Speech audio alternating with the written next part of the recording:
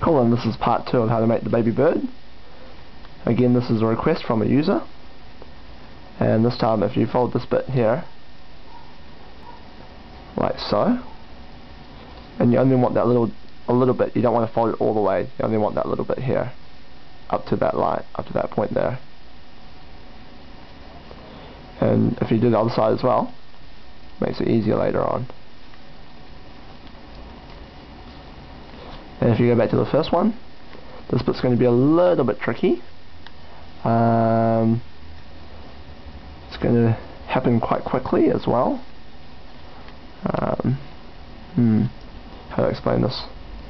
If you fold this bit over like that, and then this bit over like so, and try to get to that point where you folded it diagonally, and you just fold it down, and it should look something like that. So in case you missed it, I folded this point first, and then this bit over, and then down like so.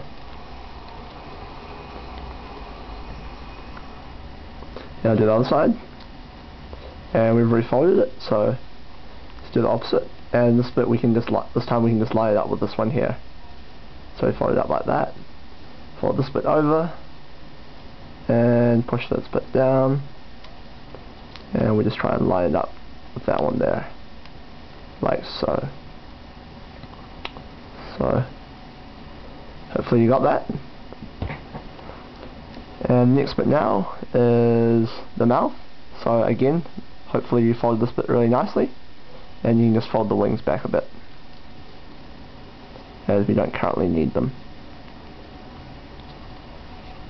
So you can just fold it nicely like that. And this bit is a little bit tricky. If you do this right, you should be able to just pop the mouth. The mouth should just come right down like that. So I'll just do this. So if you put your thumb and your index finger in there, and you just sort of bend it like that, it should just come down like a little mouth. So again, I sort of open this bit here a little bit, and using the other thing as a bit of a pivot, should have a little mouth like that, and that's your baby bird. Rah!